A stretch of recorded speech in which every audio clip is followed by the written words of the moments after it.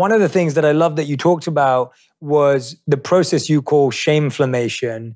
And I wanted to talk about how can one begin to confront that? So shameflammation, you know this, as writing books and educating people and speaking, you'll wake up in the middle of the night and be like, oh, that's a good way of conveying what I'm trying to say. Because you see it play out in people's lives all the time. I see it on an hourly basis when I'm consulting patients. People that eat really clean, they are working out, they're doing all the wellness stuff. They go to Erewhon. They do all the things you're supposed to do. That's me, by the way. So I'm one of those people that I'm like, I eat cleaner than 99% of my friends. I work out.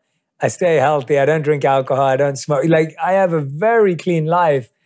And I still had high forms of inflammation. I work with Mona Sharma. I don't know if you know I love Mona, yeah. So Mona's my health coach. I love her. And so and my wife is my health coach too. She's been a dietitian and nutritionist and Ayurvedic health practitioner. So my wife and Mona kind of tag team on my life. You're in good hands. I'm very fortunate, but you know, so yeah, let's talk about that because I'm actually that person. I'm that person who I'm like, guys, I pretty much don't have any bad habits. Yeah. So let's talk about shameflammation. Yeah. So that's 99% of my patients as well. You're not alone. Is that you have very erudite people that are trying to do the best things that are probably most of them better off than they would be if they weren't doing these things.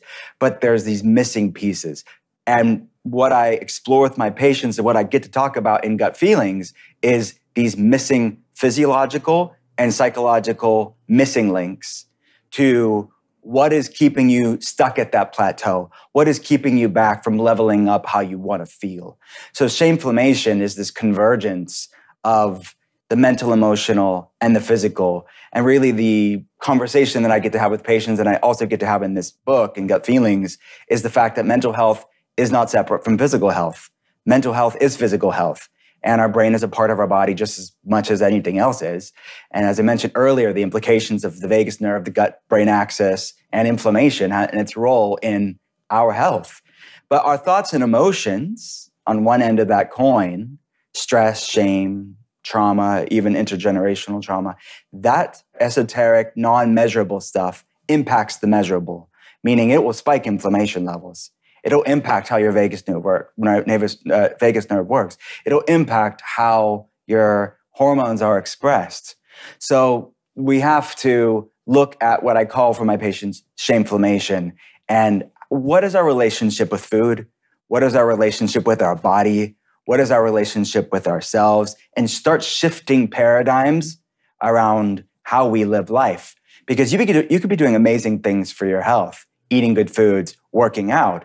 But if you're going into it with such a sense of dread and obsession, and something that I say in the book is you can't heal a body you hate. You cannot shame your way into health. And many people try to. And they're doing good things that even make sense on paper. But they're going into it with such a negative sense of intention. Intention. It's sabotaging. It's producing a completely opposite result. So I want to bring good things, but let's do it with a good intention.